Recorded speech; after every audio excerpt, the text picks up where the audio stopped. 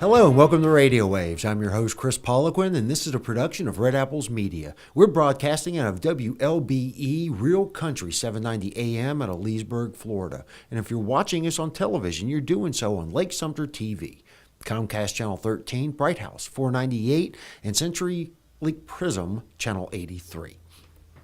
So today I have a very special guest, Senator Alan Hayes, Lake County's Supervisor of Elections, to talk to us about what his office actually does and what kind of services that they provide for Lake County residents.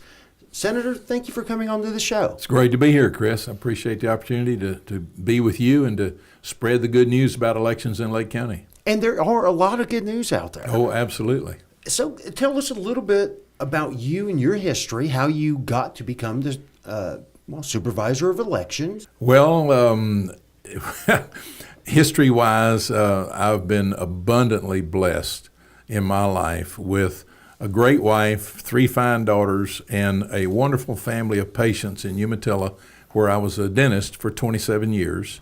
And in 2003, my wife and I thought we were going to invoke our semi-retirement plan.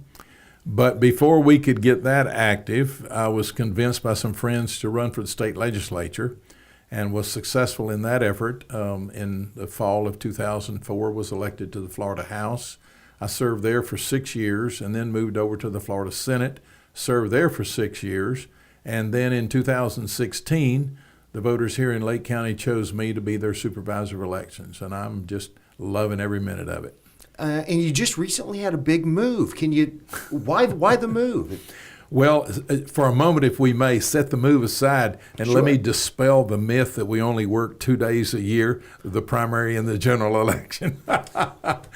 But no, seriously, the big move was that one of the things that I asked my predecessor when I took office was if she was going to keep that office for the next 5 years, what would be her top priorities. And immediately she said, you need more space. And I found that to definitely be true. And so we moved our administrative offices from the basement of the Round Courthouse there in downtown Tavares out to a nice big building on US 441. Mm-hmm. The address is 1898 East Burley Boulevard. It's diagonally across the highway from Waterman Hospital. Most people can identify it from there. Mm-hmm. We have a sign on the front of the building that says Supervisor of Elections. We have another billboard sign with the message board and everything on Highway 441. It's right there at the corner of Mayo Drive and 441, which is Burley Boulevard. Mm-hmm. But we moved there in the first couple of weeks of June. We had all our warehouse facilities and our training facilities in Mount Dora. We moved all of that over there in the late part of June, early July. And then on August 28th, we had our primary election. So I have to give a huge shout out to my team that made all that moving possible. And it was just really great. But now we have all our operations consolidated under one roof. We have a very deliberate flow of work, if you will, through the building. The registration area is right when you first come in the front door. The training rooms are off to one side where they're not going to be disturbed by noises going on in other parts of the building. We have our vote by mail processing system is all very straightforward from the time it comes in the door until the time it goes into the vault for storage. So we've been able to design the workflow for maximum efficiency. And we got a great team of people working there. I look forward to going to work every day with them. Now, you made light of it, but for a lot of listeners, and when you get distracted in daily life and you say, oh yeah, Supervisor of Elections, they only work 2 days a year. And like I said, you did kind of make a joke about it, but no, this is not a small endeavor. Voting is a massive, I don't want to say project, but it's day in and day out. And repeatedly, we've had different folks come by the office and get a tour through the office, and they leave wide-eyed and wowing. Had no idea so many moving parts went into a successful election. And I mean, right now, my team has recovered the the instrumentation that was deployed for the primary election, but all of the privacy booths, each and every one of them, has to be gone through. We have to reposition them and equip them for the general election now on November 6th. We have all of the supply totes for the poll workers with all of their pens, their pencils, their papers, and everything else, all of the signs and everything else. We have to make certain that it's ready to go again for the November 6th election, and we have to have adequate quantities of everything. Plus, we have to maintain all the voter registration rolls, and we have to make sure that as many people as want to register are registered. We have to make sure that they have been notified of the proper place to go on election day. There's just a whole plethora of tasks that we get to accomplish every day. Definitely a ripple effect. Yeah. It really is. I'm thinking, okay, yeah, they break out the machines. I show up. I put my votes in. Sure. But I'd like to peel that onion back a little bit because every year, and I've never missed an election. Great.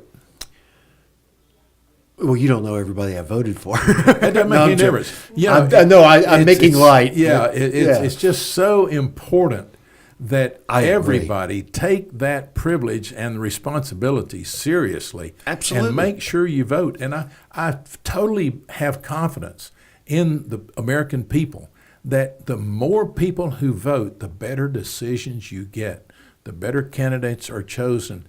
And it's just really, really important that everybody, when they're 18 years old, register to vote and make sure you don't miss an election.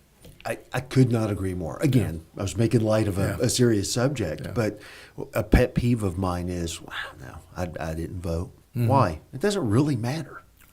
Wrong. Definitely wrong. I believe it's the best system in the world. I mean, we've got it down. Yep. Now, for Lake County, how many, you cover the voting for the entire county, is that correct? That's right. And even for the big federal, let's say president, that still goes through your office. Oh, absolutely. Yeah. That's a lot of updates. Yeah. That's a lot of booths. How many voting locations? Yeah, offhand? we have 102 precincts that vote in 96 different locations. So we have to have all the equipment deployed for those locations. When we're talking about early voting, we have 10 early voting sites throughout the county, literally from Kagan's Crossing, Claremont, the Lake Sumter State College campus, and Mineola City Hall are the three South Lake sites. Then we have another site at the Leesburg Public Library, another site at the Lady Lake Public Library, another site at the Round Courthouse. The County Administration Building is its official name. Then our office there on 441 is another site. We have another site at Lake Receptions. We have another one at the Senior Service Center in Eustis, and another one at the Southside Community Center in Umatilla. So that's all 10 of our early voting sites. But on Election Day itself, we have 96 locations, literally from Astor to Lady Lake and Fruitland Park and on down to Kagan Crossings. That's amazing. Yeah. That's amazing. That's just our county. Well, again, it's interesting. We have a time lapse photography of all of the equipment moving out of the warehouse and coming back in, and it's almost comical to see it. But to see this vast room filled with equipment, and then watch it just like a bunch of little ants running all over the place, and it's empty, and then you think, my goodness, what happened to all the stuff? Right. And then all of a sudden, here it comes back in, Yep. Only to go right back out the door. Oh, yeah. Or sure not does. immediately, of course. Well, it seems immediate sometime when August 28th was the election. Now we're going again November 6th. So right. A lot of things have to happen. Right. So you were talking about early voting. Mm-hmm. How can people vote early?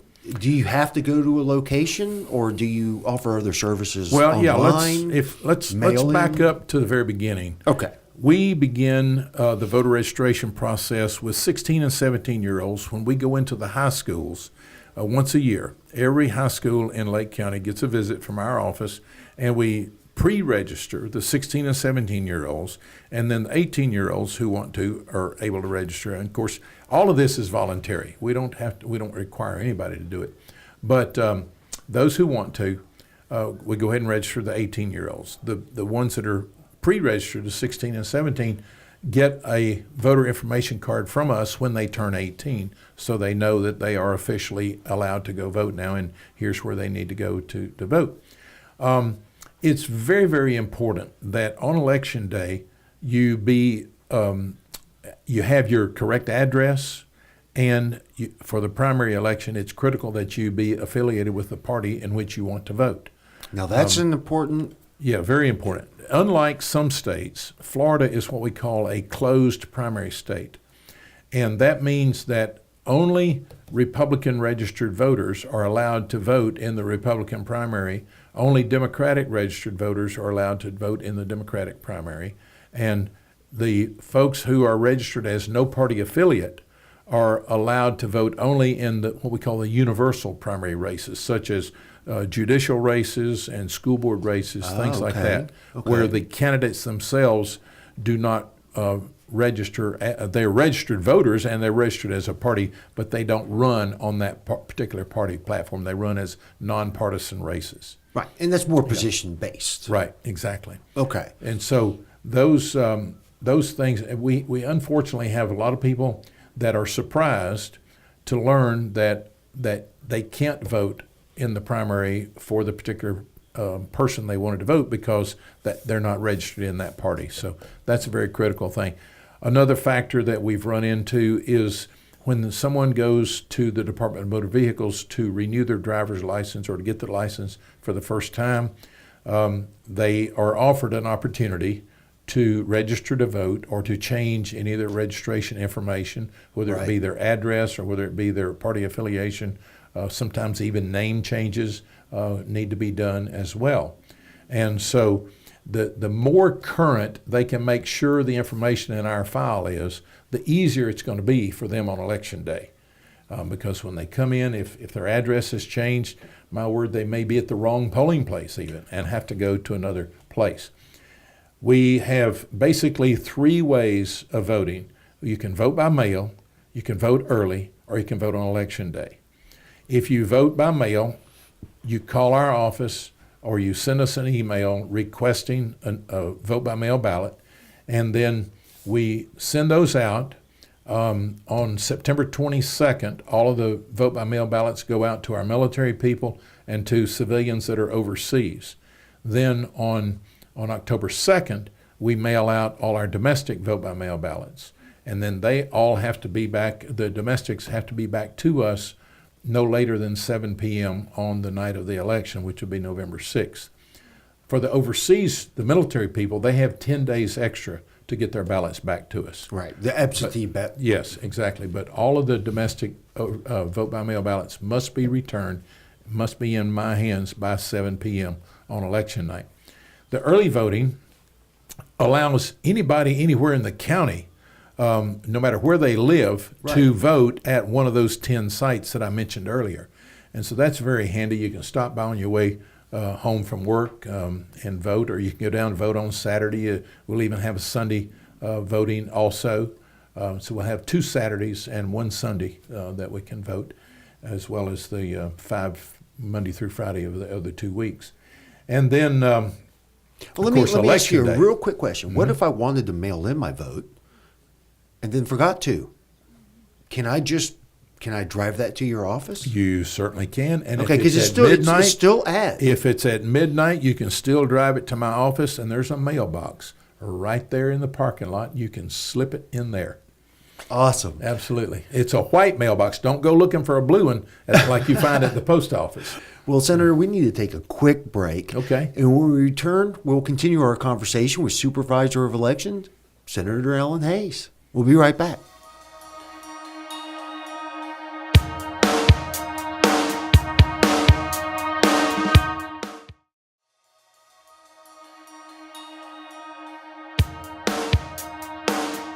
Hello and welcome back to Radio Waves. Again, I'm your host, Kris Poliquin, and this is a production of Red Apples Media. Before the break, we were speaking with Lake County Supervisor of Elections, Senator Alan Hayes, about a lot of things voting related, because that's what he does now. During the break, if we can call it that. Sure. I think it's important to reiterate the fact that unless you choose a party in the state of Florida, because for many of our listeners, they're coming from other states. Mm-hmm. What's the best opportunity again for someone to, is it when they get their driver's license, or should it be a little more closer to maybe an election? I mean, what do you find? Do you find that people generally just forget or just think that they registered for one party and not the other, and then it's too late? No, I don't think they find that they intended to register one and register for the other instead. I don't think we have that crisscrossing, but we have had several instances where people thought they had registered for one party only to learn that they were assigned to the NPA category. And when you go to the Department of Motor Vehicles, you're required, and even if you fill out the voter registration application and on paper, you definitively must make a selection of which party you want to affiliate with, or you will be assigned the NPA category. And that's what the statutes require. Sure. So it's not the fault of the people at the motor vehicles place, or it's not the fault in my office. It's the fact that you must determine, do you want to be registered Republican, Democrat, or no party affiliate, or a minor party. There are other minor parties such as the Green Party, the Libertarian Party, sure, or the Independent Party even. We have a lot of confusion. Sometimes people say, oh, no, I don't want to be affiliated with a party. I'm independent. Well, right, if they say that, they may get registered as a member of the Independent Party. And that would stop you from being able to potentially vote on your candidate. Yeah, you will not, if you're registered as a member of the Independent Party, you will not be able to vote in the primary for the Republicans or the Democrats at all. You have to vote only in the primary for the independents. Now, we have, as I mentioned earlier, some universal primary races, sure, that everyone gets to vote in. But only the people who are registered as members of the Democrat Party or the Republican Party are allowed to vote in those primary races. Okay, so speaking of people who may not know what party they're affiliated, mm-hmm, or just want to double check and see, mm-hmm, what they are affiliated with, how can they get that information? www.lakevotes, make sure you put the S, lakevotes.com is our website, and they go right to the website and click and check the status of their voter registration. They can fill out, if they want to change their party affiliation, they can do so on the website. They can register to vote for the first time on the website through our Florida voter registration system. It just last October went live statewide for voter registration, and so it's easy enough to do that. And really, we're trying to make it as easy as we can to maintain accurate voter rolls, but at the same time make sure that we're allowing only those who are eligible to vote to do so. What do I need to show up if I want to vote? What's acceptable? You're talking about on election day? Yes, sir. Okay, you need to come with a picture ID card with your signature on it. Okay. And that's it. You don't have to have your voter information card telling you what precinct and what congressional district and all that sort of stuff. You don't need that. The biggest benefit for that voter information card is to tell you where your polling place is on election day.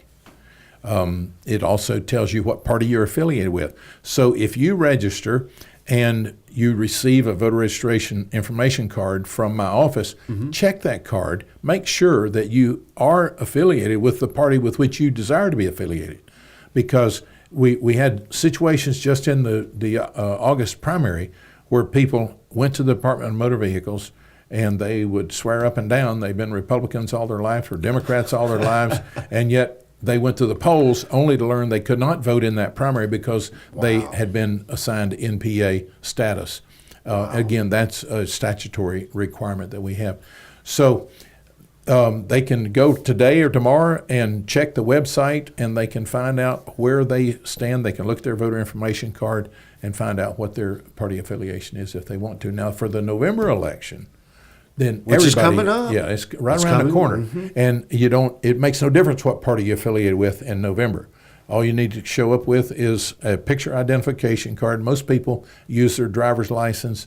If you don't have a driver's license, you have a state ID card, and there's a list of 8 or 9 other possible cards that you can use. You need your picture and your signature is what we need to see in order to vote. Now, just to be clear, you don't have to have a party or be affiliated with a party for the November election. And what you absolutely must do in order to vote in the November 6th election is you have to know that you're a registered voter in Lake County, Florida, no later than 5 p.m. October the 9th. October the 9th at 5 p.m., our registration books are locked shut, and no one gets in between October 9 and November 6. And that's real close away. Yes, sir, it is. You're making it sound real easy. Go to You the can website. go to the library. You can go to the website. You can come to our office and you look around as you go through shopping areas and things. Sometimes there are organizations that are doing voter registration drives. They do that at some of the churches. They just have as many different venues as we can to encourage people to register to vote. What do you do to get that awareness out on just how easy or what can people do Well, we try to help you get that information out there? Yeah, we have tried to make it as easy as we can through those things that we mentioned earlier about how to do it. But also we have our message board there on the highway as people go by on 441, reminding folks that the books close on October the 9th, reminding folks early voting begins on October 22nd. Early voting ends on November 3rd, and these types of things. Basically, we're trying to make sure that as many people as will listen understands the importance of voting, the ease of voting, and the timeline for voting.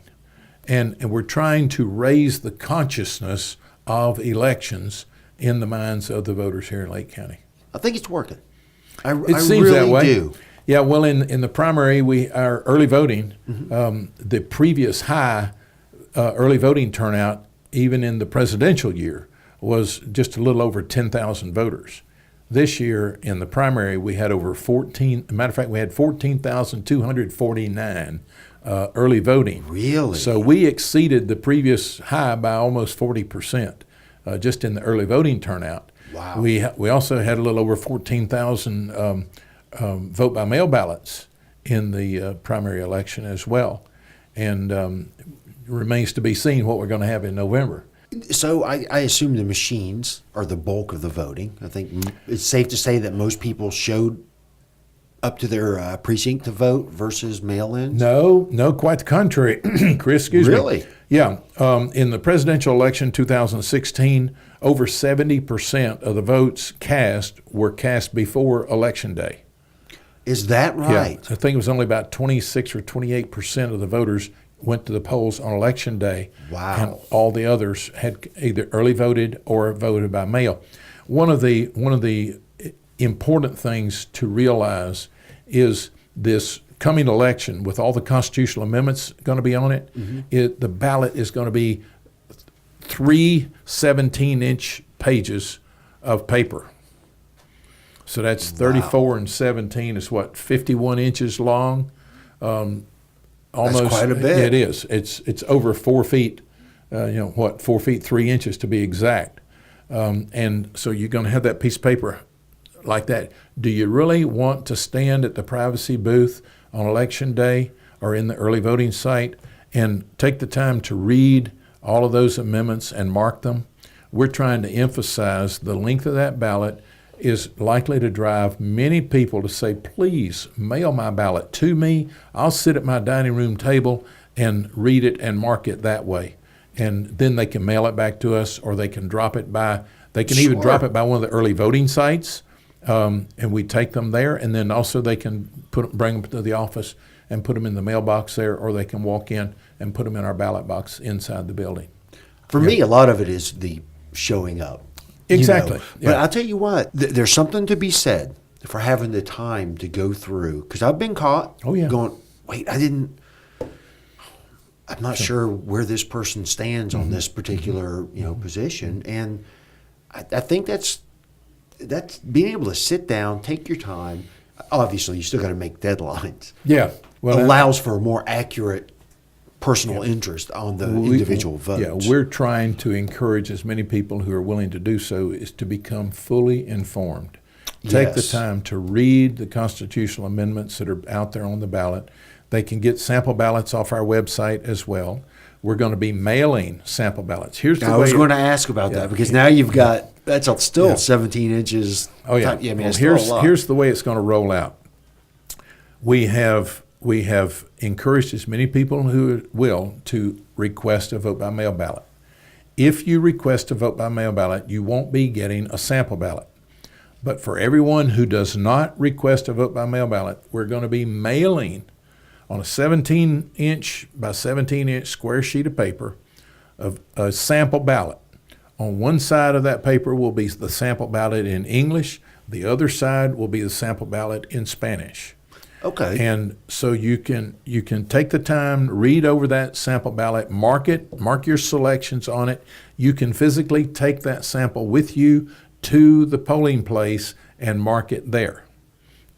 If you choose, you can get the vote by mail ballot, mark it at home, and mail it in. Now, one thing that we really must emphasize and overemphasize again, when you are sending your vote by mail ballot to us, please make sure that the person who is signing the outside of that return envelope is the same person whose name is printed on that envelope.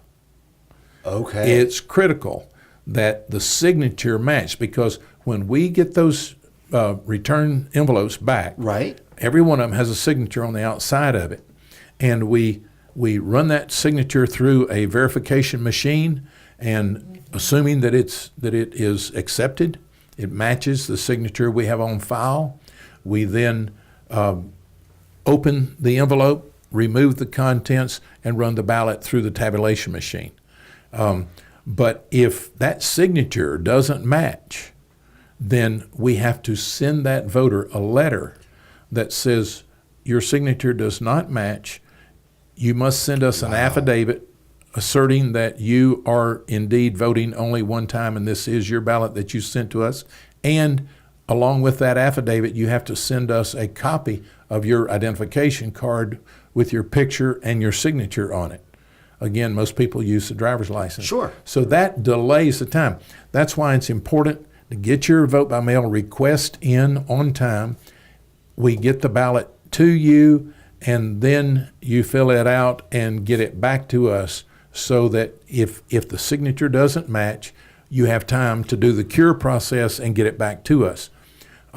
It's critically important that you don't put your ballot and your signature on the envelope with your spouse's name on it.